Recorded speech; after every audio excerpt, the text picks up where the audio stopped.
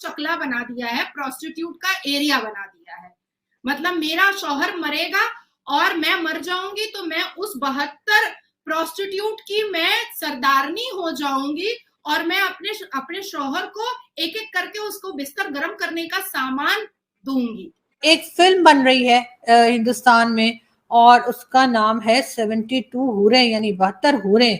तो बेसिकली जो दहशतगर्दी जन्म लेती है ना, वो शिद्दत पसंदी से जन्म लेती है। और शिद्दत पसंदी वहां पर होती है जहां पर माइंड मेकिंग की जाती है। और ये माइंड मेकिंग कोई 10-8 साल की नहीं होती है, माइंड मेकिंग कई बरसों की होती है। कि आखिर तब मुसलमान मुल्ला कहाँ मर जाते हैं, कहाँ मुंह में क्या ले लेते हैं, तो जब उनके मुंह से आवाज क्यों नहीं निकलती है। लेकिन आपने वो मुझे 72 हूरों वाली बात नहीं बताई कि वो 72 हूरों का जो बताया गया है मर्दों के लिए वो क्या है, क्या वो अय्याशी नहीं है वहां पे? और तो कुछ नहीं बताया कि ना शॉपिंग मॉल है ना लाइब्रेरी है, औरतों के लिए क्या है? ये जो हमारा मुआशरा ये जो ज़हनी बीमारी का शिकार हो गया, इनके लिए क्या किया जाए? इसी तरह IBM के CEO अरविंद कृष्णा, एडोबी के CEO शांतनु नारायण और माइक्रोसॉफ्ट के CEO सत्या नडेला का भी ताल्लुक इंडिया से है। अब नेचुरली सवाल ये बनता है कि आखिर वो क्या वजह है कि दुनिया की टॉप कंपनीज इंडियन एम्प्लॉइज को पसंद करती हैं।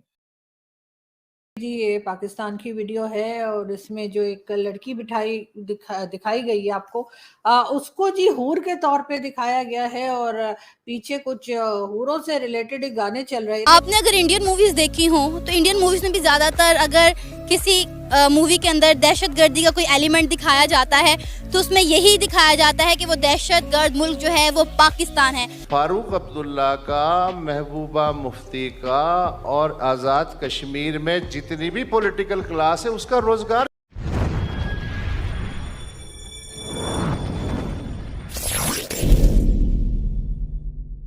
चकला बना दिया है, प्रोस्टिट्यूट का एरिया बना दिया है। मतलब मेरा शौहर मरेगा और मैं मर जाऊंगी तो मैं उस 72 प्रोस्टिट्यूट की मैं सरदारनी हो जाऊंगी और मैं अपने शौहर को एक एक करके उसको बिस्तर गर्म करने का सामान दूंगी। मैंने पहले ही कह दिया कि बहुत बिटर ट्रूथ है, बहुत अगली ट्रूथ है, बहुत डर्टी ट्रूथ है। पर अभी इसी तरीके से मैंने नाम लिया है मौलाना मोहम्मद साजिद रशीदी, आपके ही पाकिस्तान की एंकर को उन्होंने ये बात कहा था कि आप जन्नत में उन 72 हूरों की सरदारनी हो जाएंगी। और उन्होंने कहा भी था कि तो मैं क्यों हो जाऊंगी, तो उन्होंने कहा कि आप भेजेंगी इन हूरों को अपने खाविंद के पास, मतलब अपने शौहर के पास। ये आपके पाकिस्तान का ही मैं बता रही हूँ, उसमें भी वो मुसलमान बना था।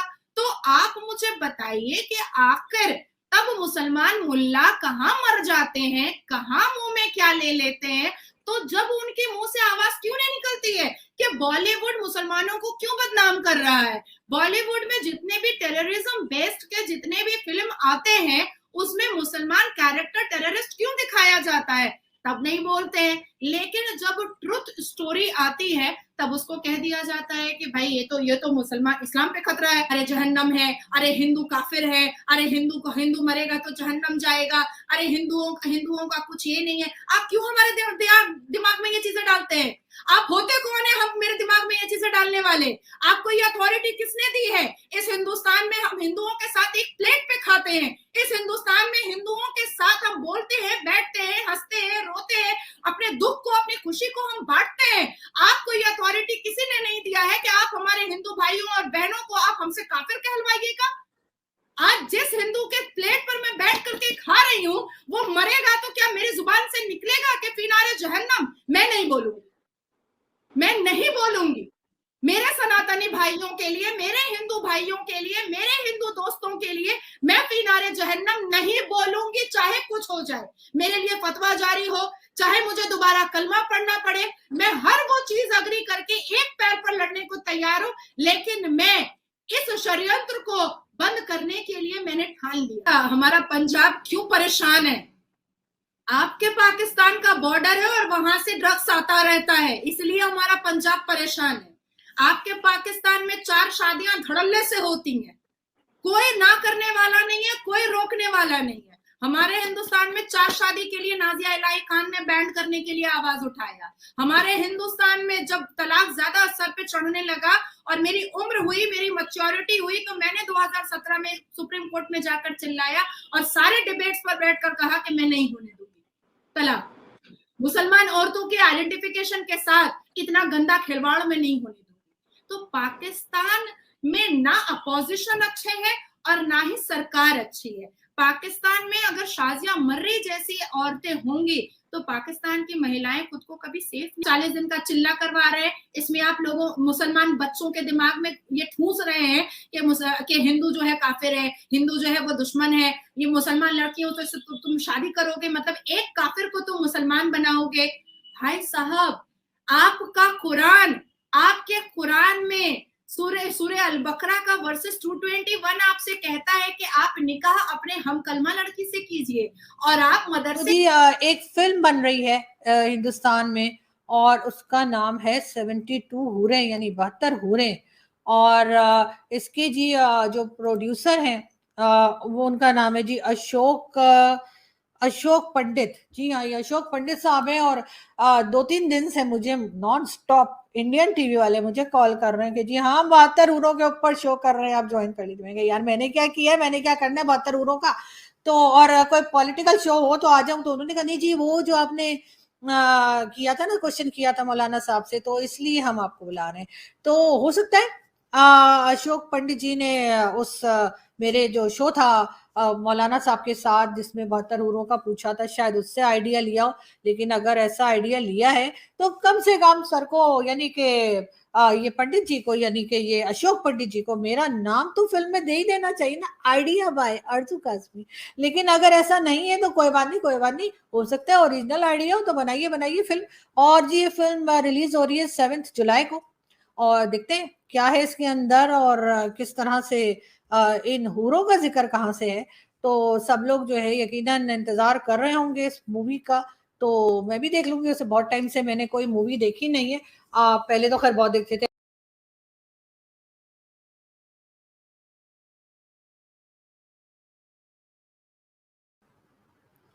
जी, तो ये वीडियो आपने देखी, इसमें जी ये पाकिस्तान की वीडियो है और इसमें जो एक लड़की दिखाई गई है आपको, उसको जी हूर के तौर पे दिखाया गया है और पीछे कुछ हूरों से रिलेटेड गाने चल रहे हैं। लेकिन बहरहाल उसको आप सोशल मीडिया पे चेक कर सकते हैं। लेकिन अब ये बात कि जी 72 हूरों की जो कहानी चल रही है वो यहाँ तक खत्म नहीं हो जाती कि आखिर औरतों को क्या मिलेगा और मर्दों को 72 हूरें। हमारे मौलाना उससे भी कुछ आगे जाके बात कर रहे हैं और वो सुनते हैं।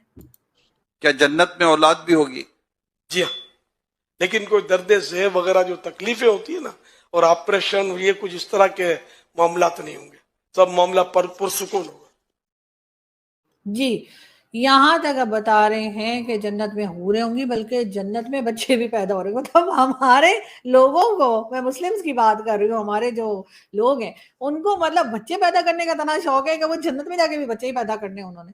लेकिन खैर बहरहाल इस किस्म के जो मौलाना हैं वो भी अच्छी खासी एंटरटेनमेंट देते हैं और मेरा ख्याल है कि इनकी इस किस्म की बातों की वजह से हमारा मौलाना इन साइंस जो है वो एपिसोड भी बन पाता है। और यही वजह है कि यहाँ पर लोग जिस तरह से एक तालिबानी माइंडसेट जो मैं अक्सर कहती हूँ कि चल रहा है, वो उस पर कंट्रोल नहीं किया जा रहा और उसके ऊपर कोई काम नहीं कर पा रहे।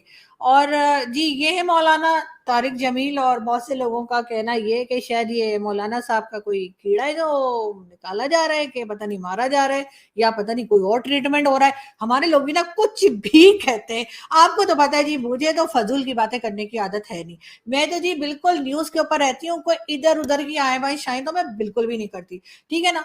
तो आप लोगों से मैं ये कह रही हूँ कि अब आप, ये है मौलाना तारिक जमील साहब और बहरहाल इनको जैसे मैंने आपको बताया कि न जाने इनकी कौन सी ट्रीटमेंट चल रही है। लेकिन खैर बात हम करेंगे कि बात सिर्फ ये हमारे मौलानाओं तक ही नहीं रह गई है, बल्कि इस किस्म की बीमारी या मजहब को इस्तेमाल करना जिसे कहते हैं मिस यूज ऑफ रिलीजन, वो जी हमारे क्रिकेटर्स में भी बड़ा ही कॉमन है। और आप देख सकते हैं कि ये मोहम्मद रिजवान हैं जी, पाकिस्तान के क्रिकेटर हैं और अब इनकी ये जो पिक्चर और इवन वीडियो जो है बड़ी वायरल है कि ये अमेरिका में हैं और वहां पर ये रोड के ऊपर इन्होंने अपनी गाड़ी खड़ी की, अपने ड्राइवर को अपना मोबाइल दिया और कहा बेटा मेरी जरा वीडियो और पिक्चर निकाल लेना, मैंने सोशल मीडिया पे वायरल करनी है, और नमाज पढ़नी शुरू कर दी। और समझ नहीं आती कि ये वाली नौटंकी जो है ये हमारे पॉलिटिशियंस भी बहुत करते हैं, ये हमारे क्रिकेटर्स भी बहुत किया करते हैं, और उसकी क्या वजह है ये नहीं मालूम। लेकिन हाँ ये जरूर है कि ये बड़ा बताया जाता है कि जी हम ये नमाज पढ़ते हुए जो है बड़ी अपनी वीडियो बनवा रहे हैं। भाई वीडियो ना बनाए, अगर आपने पढ़ भी ली है, चले पढ़ लिया आपने अमेरिका में, तब भी आपको क्या जरूरत थी कि आप पिक्चर बना के और वायरल करें। इस किस्म की पिक्चर हमने इमरान खान साहब की भी देखी है, शाहिद खान आफरीदी की भी देखी है। इसको खत्म कैसे किया जा सकता? अच्छा, बीइंग अ मीडिया स्टूडेंट मैं ये समझती हूँ कि इसको ख़त्म किया जा सकता है शऊर के ज़रिए, और माइंड मेकिंग के पीछे एक पूरी स्लॉट होती है। हमारे एक उस्ताद मोहतरम है, उन्होंने एक दफ़ा कहा था कि आप लोगों को क्या लगता है कि जो आप मेरे क्लास के अंदर बैठे हैं मैं आप लोगों की माइंड मेकिंग नहीं कर सकता? मेरे पास मुझे सिर्फ 6 क्लासेस और दीजिए और मैं आप बच्चों की माइंड मेकिंग कर सकता हूँ। तो बेसिकली जो दहशतगर्दी जन्म लेती है ना, वो शिद्दत पसंदी से जन्म लेती है, और शिद्दत पसंदी वहाँ पर होती है जहाँ पर माइंड मेकिंग की जाती है। और ये माइंड मेकिंग कोई 10-8 साल की नहीं होती है, माइंड मेकिंग कई बरसों की होती है। और आपने हमारी कुछ फिल्म्स भी हैं जिनके अंदर इस चीज़ को पोर्ट्रे किया गया था। I forget about the name, शान मूवी थी शायद वो, उसके अंदर दिखाते हैं कि छोटे छोटे बच्चे वो लेते हैं, तो छोटे छोटे बच्चों को फिर शिद्दत पसंदी की तरफ उकसाया जाता है, और फिर एक बहुत लंबा प्रोसीजर है, इसके ऊपर बहुत लंबी बहस हो